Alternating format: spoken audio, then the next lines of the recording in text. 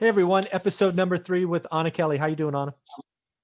I'm great. We've had 2 great episodes, and I'm even more excited to keep buying real estate. Yeah, I love those first two. And again, you've opened my eyes in episode number 2, folks. If you don't know, I think there's a Venn diagram that Anna highlights for us where there's some opportunity for landlords I'm going to be looking at.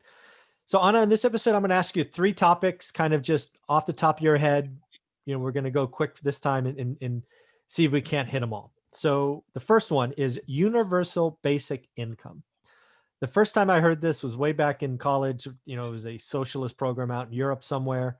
It was more of a theory, at least that's how I read it. I heard it again with the last presidential election cycle when Andrew Yang talked about it as a component of his policy, I guess. And now he's in the news again. Just yesterday, I saw he's going to run for be the mayor of New York. And a anchor of his policy is going to be $2,000 a month income for the 500,000 poorest New Yorkers.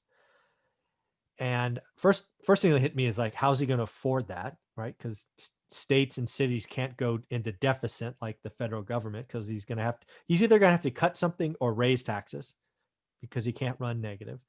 But the other thing is, I'm like, man, how inflationary is that going to be? So I don't know if you thought about universal basic income before or sending people free money, but I wanted to ask you about it.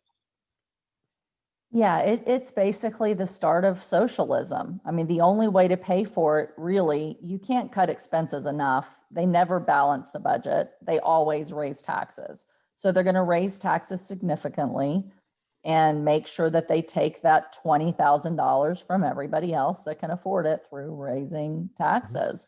And then, they also already have rent control, rent caps. And so you raise property tax, you raise income tax, and your expenses become untenable for landlords to continue to offer properties for rent. And so I think I believe would be an economic disaster, to be honest with you.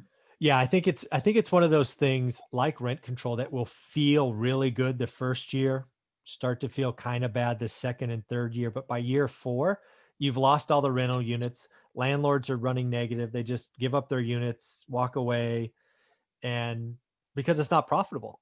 And And they again, leave New York. I was going to say, yeah, the people that can do it, can afford it, they sell and they just leave, and they, hey, you go take that mess. Yeah. So what you end up with is a bunch of dilapidated buildings that nobody wants to own, and the government can try to take over them and make them all, HUD housing. But even HUD housing is rarely government owned. It's usually individuals that own them that are incentivized, with rents from the government. But I think that while it sounds warm and fuzzy, and if somebody listens to this and they have an attitude of landlords are greedy, they're going to think landlords are greedy. They don't understand the economics of it. Never work when you create massive freebies for everybody. It's not free. It costs. Somebody pays it somewhere. Yeah, that was my take on UBIs. Again, I think it would feel good the first year. He'll probably get elected on it. I mean, everybody likes free money, right? But then that just sets New York on a path. And again, it'll take time, right? Year 1's going to be fine. Year 2 is probably okay. Year 3 and 4. Because again, property taxes will go up. And if I can't raise the income to match, I mean, it just breaks, and it would be just a sad, sad thing. That's what I'm thinking. All right. I agree 100%. That's number 1. Number 2 is, I think inflation's coming. I think we hit on it episode 1. I think you think it's coming, but I just want to put this out there. Do you think hyperinflation is coming? And hyperinflation, No. let's call it 50% a year. No, I don't think the government will allow it. The government has said and has acted very consistently for decades to try to keep inflation at about 2% per year. So while I think we're more at risk of deflation, to be honest with you, than hyperinflation, because when the value of the dollar goes down, it's usually because you've had massive money printing or massive debt. And so we're seeing massive money printing and massive debt to cover a lot of these programs that have been introduced since the pandemic. And that has a deflationary effect on the value of the dollar, which then ultimately leads to inflation in prices and the cost of goods. But it's a fine balance, and the government's more worried about deflation than they are inflation. And it's going to be hard for them to maintain 2% inflation. But that's what they're aiming to do. So they're keeping interest rates extremely low so that they can hope that people keep buying, and that, eventually we'll have a slightly inflationary result. But I don't think they ever let us go into hyperinflation. I think they try to keep it at 2 to 3. And then if we're on the verge of hyperinflation, they slash rates and they pull back to keep that down. Yeah.